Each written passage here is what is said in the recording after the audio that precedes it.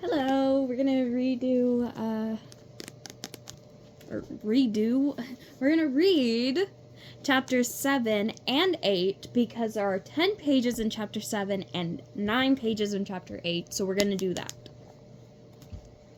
Chapter 7. The rest of the day, Vega got the silent treatment from Ella, and everyone noticed. Katie went up to Vega as they made their way to gym class. "What did you say to Ella?" she asked. "Whoa, you're totally getting frozen out." That was a good way to describe it, Vega thought. There was a definite chill in the air anytime Ella was around. Vega didn't know what to do. Her countdown clock told her she had 21 star hours to grant the wish. She felt like a failure. She was definitely the first star darling whose wisher wouldn't acknowledge her existence. In the locker room, Vega was handed a uniform that was tight in the places it should be in the places it should have been baggy, and baggy in the places it should have been tight. "Oh boy," said Katie when Vega walked into the gym. "That's unfortunate." Vega shrugged. She had bigger problems than an ill-fitting gym uniform. "Do you think we'll play lodgeball?" she asked Katie, remembering the game that Sage told her about witnessing her wisher play during her mission. "Maybe Ella and I will be on the same team." Katie chortled. "Oh, Vega, you're so funny," she said. "And it's not just the ridiculous uniform. Lodgeball?" The gym teacher stood in front of the room, a whistle around her neck. "Today we start our lessons in square dancing," she announced. Why is everyone doing square dancing? Up went a chorus of groans, which the gym teacher ignored. "Square dancing is a type of folk dance," she went on. Yeah, ignore the deep male voice I have for the gym teacher. Just don't worry about it. "Please break up into groups of 8 and form a square, 2 partners on each side." Katie grabbed Vega's hand, and together they formed one side of a square. Vega noticed with disappointment that Ella positioned herself as far away from Vega as she could while still remaining in the gymnasium. She shook her head. How was she going to fix this? Vega turned to Katie. "What's so bad about square dancing?" she asked. "You'll see," replied Katie grimly. But Vega didn't see. It turned out she absolutely loved square dancing. It might have been the orderly way everyone moved. It might have been the sheer nobility of it. Or it might have been the opportunity she had to promenade, do-si-do, and swing with 7 different people. Do not ask me. We never square danced in dance class. That was like one of the dances we never did. I probably would.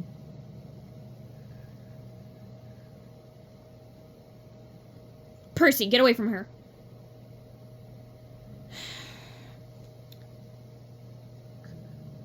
Because every time she promenaded, do-si-do, swung her partner, or alamended, she got to chat with someone else. "So tell me, Ella," she said under her breath as she promenaded with a curly-headed girl named Grace.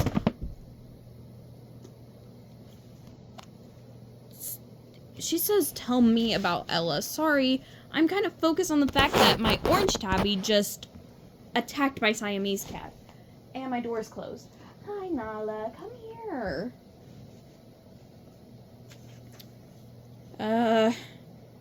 As she promenaded with a curly-haired girl named Grace. "Oh, she's nice," Grace said. "She's got great style."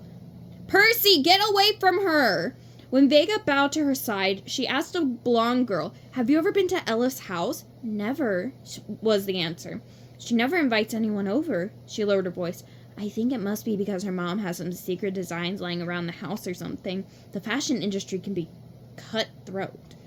"Now everybody swing!" called the teacher, and Vega found out about every trend Ella had started as she linked arms and swung around with each dancer. Arm warmers, cat-eye glasses, 2 different colored socks, mismatched earrings, paint-speckled shoes. "This," said a girl holding up a necklace with a brightly painted key on it.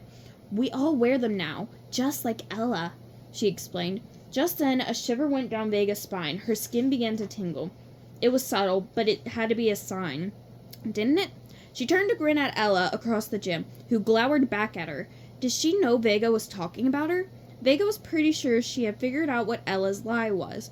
Now she had to talk to Ella and convince the other people to let her help fix it.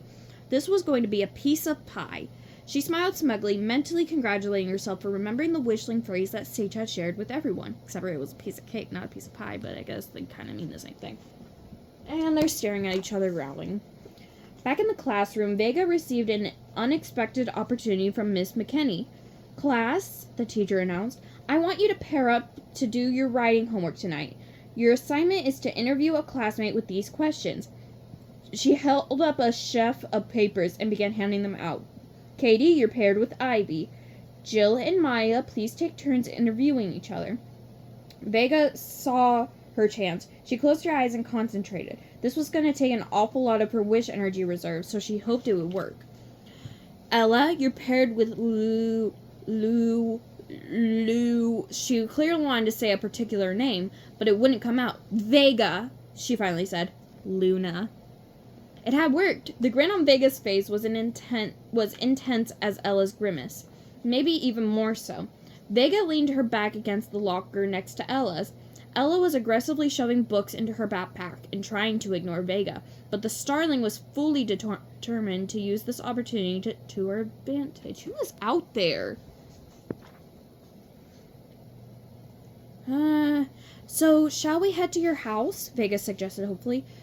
Ella looked up suddenly, and Vega saw a flash of something in her eyes. Anger, or could it be panic? But the girl smoothly said, oh, they're polishing our marble entryway today. Let's go to your house instead. Vega actually did panic. Can't, was all she managed to say. Ella had the good grace not to laugh at Vega's awkwardness. Okay then, let's go to the lunchbox, she said, narrowing her eyes at Vega. Let's get this over with. The two girls left the school in silence and headed down the steps together. Ella led Vega down the block to a friendly little coffee shop with cozy booths and a counter with funny round seats that appeared to be bolted to the floor. The two girls settled into a booth. Ella started rummaging through her bag. She pulled out a mirror, a wallet, and a small paperback book before she found what she was looking for, a notebook and a purple pen. Vega stared at the book. Is that a book of crosswords? She asked excitedly. It is, said Ella. I do them on the subway. Then she got a horrified look on her face and barked out a laugh. That was a joke. As if I ever take the subway. I do it in the car when my driver takes me to school. What's the subway? Asked Vega. Starf, she thought. Maybe she'll realize I'm not a wishling. But Ella grinned and reached over to give her a friendly punch in the arm. Right? Nobody who goes to George Robert Prep actually takes the subway. Ella picked up a menu and began flipping through it. I'm getting a hot fudge sundae with chocolate ice cream, she said decidedly. The menu was so thick and jam-packed with unfamiliar food choices that Vega didn't know where to begin. Chops, specials, breakfast served all day. What in the world was a jelly omelet or gyro? Vega was totally overwhelmed, so she simply said, Me too. She hoped she would like it. Shortly afterwards, she discovered that she most certainly did. The sundae, a tantalizing mountain of rolled scoops of brown, slathered with a thick dark brown sauce, was placed in front of her. A fluffy crown of white and bright red fruit with a stem sat on top. It looked amazing. Vega licked her lips in anticipation. Let's dig in, said Ella, brandishing a long spoon. The sundae was simply perfection in a chilly metal cup. A lip-smackingly delicious combination of creamy sweet coldness and warm goodness in every bite. The white fluffy cream was sweet and as light as air. Vega was in heaven. She made a mental note. Bring a hot fudge sundae home for Tessa. While they ate, Vega pulled the list of questions out of her backpack. She gave the stuffed blue star keychain a squeeze for luck. Do you mind if I go first? She asked Ella. Shoot, said Ella. What? Asked Vega, totally confused. Ella laughed. Go ahead. What is your greatest joy? Vega asked her. Ella bit her lip and stared into space. I guess it's being creative, she said slowly. Like, I'll show up for school in paint-splattered shoes or 2 different colored socks, and the day after, 1 girl is doing it, and then the next, it's 5 girls, and soon, it's a trend in the entire school. Even the older girls are copying my style. Vega wrote that all down. It was fun to write in a paper notebook with a writing utensil, very old-fashioned and extremely satisfying. What's your biggest dream for the future? Was the next question. Vega looked up. Ella's cheeks were flushed, and she looked excited. It was the first time Vega had seen her look relaxed and unguarded. I'm going to be a fashion designer, she said. I'm going to create new fashions that no one has ever seen before. I'm going to come up with something people will be talking about forever, like the jumpsuit or the maxi dress.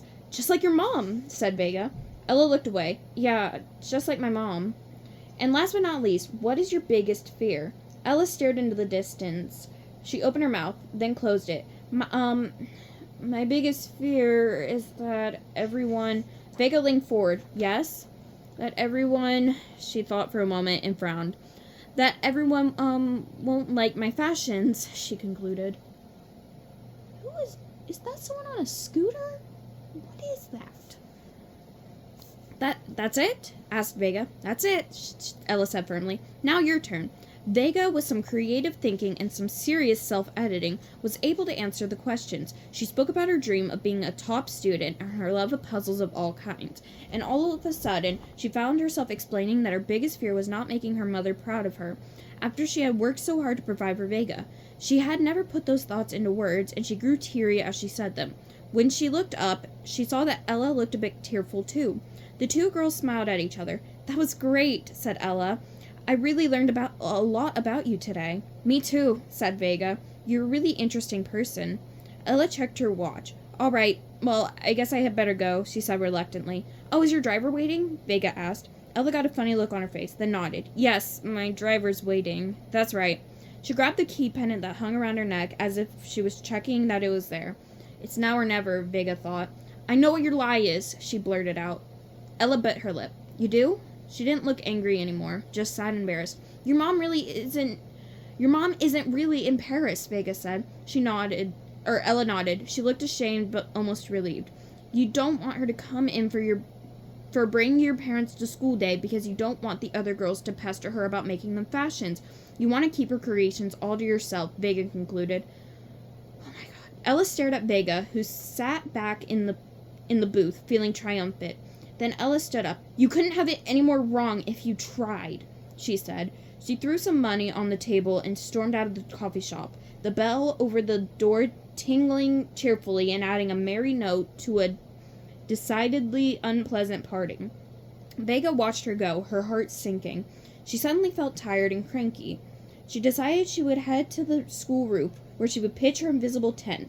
She glanced at her stars app and accessed the countdown clock. 19 star hours and counting. Starf.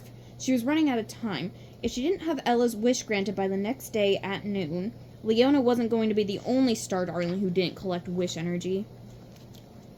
Chapter 8. What are you doing here? Vega asked.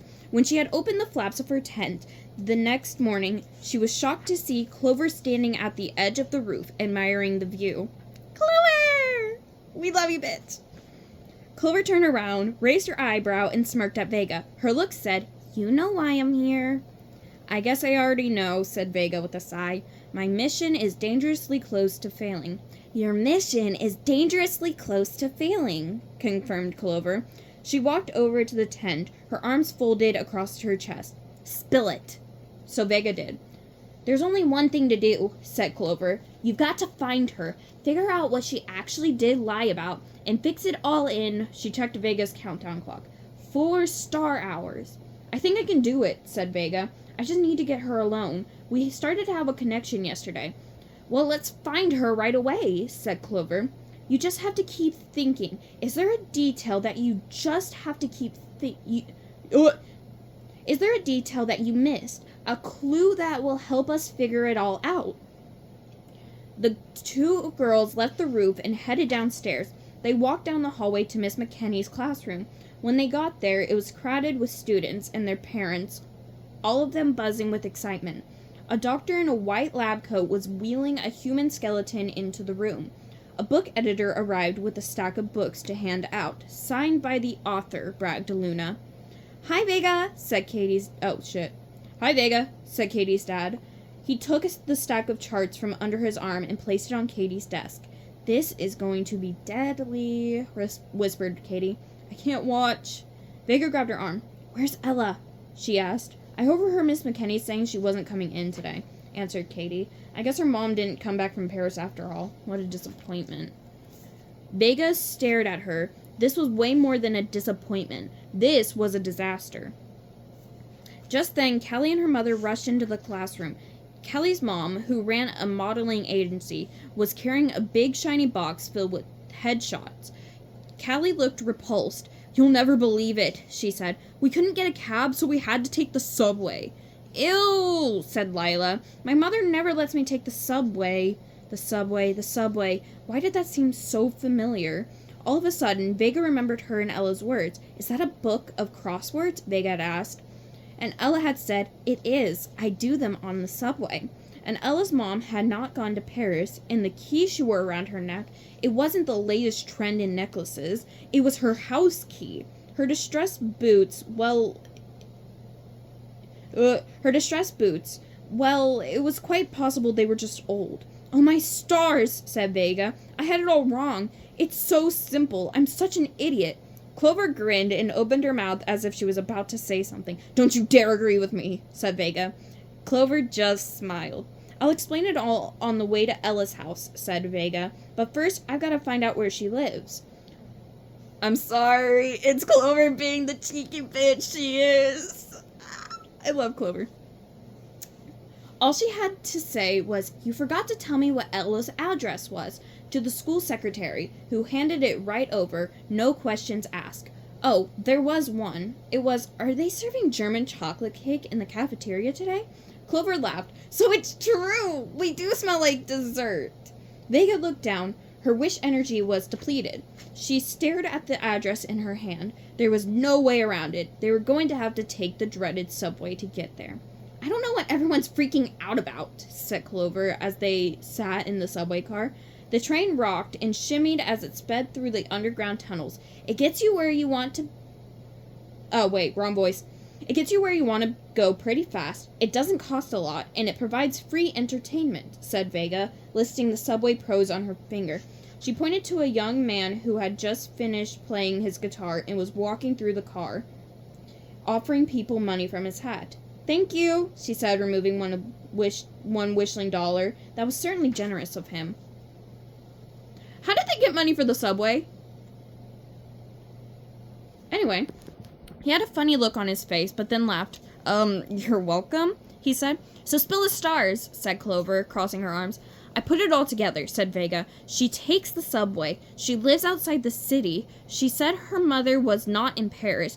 Katie told me that some students at George Robert aren't as wealthy as others. Then some kids get financial aid because the school costs so much. I'm pretty sure Ella's lie is that she told everyone that her mother was a successful fashion designer. I think maybe business isn't going very well and she doesn't want anyone to find out about it because it would embarrass her mom. The train emerged from the tunnel into an elevated track. Clover frowned. You really think that's it? So what's her wish then? Vega thought hard for a moment. She wishes that she never said that about her mom. Her brow furrowed. But that's an impossible wish, she sighed. This is all very confusing. I'm not sure how to fix this, and time is running out. She looked down at her stars app, and this is our stop. They exited the train car and found themselves on an open-air platform with a pretty mosaic sign. They headed downstairs, crossed a large boulevard, and headed straight down the block. There were fewer trees in that neighborhood and not as many flowers. Not as many people either. Little wishlings ran down the street and rode their tricycles while their caretakers watched, smiling.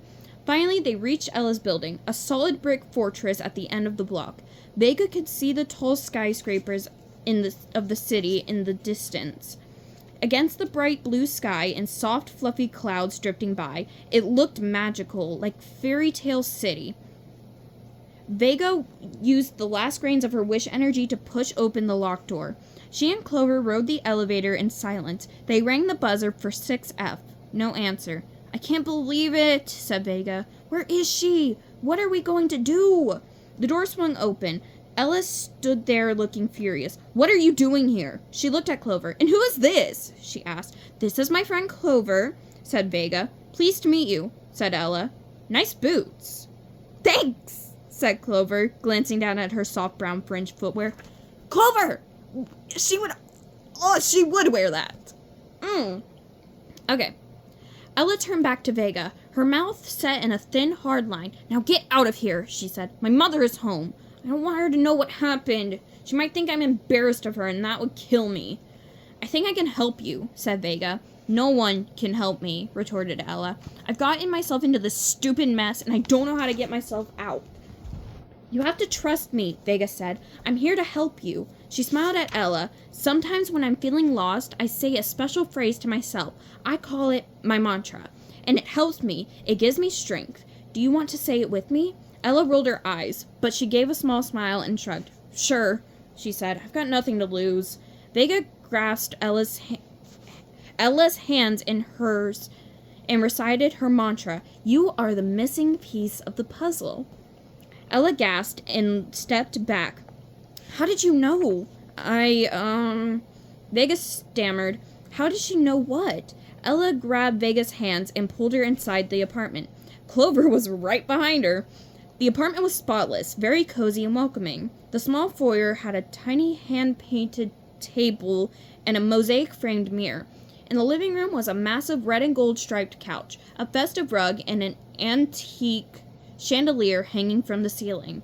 The hallway that led to the kitchen and bedrooms had a dining room table and a china cabinet filled with vintage china in many different patterns. The sunny kitchen had fun antique signs advertising sarsaparilla, 5 cents a glass, and fresh eggs. Ella took the girls into her neat bedroom, which was a stunning view of the city skyline.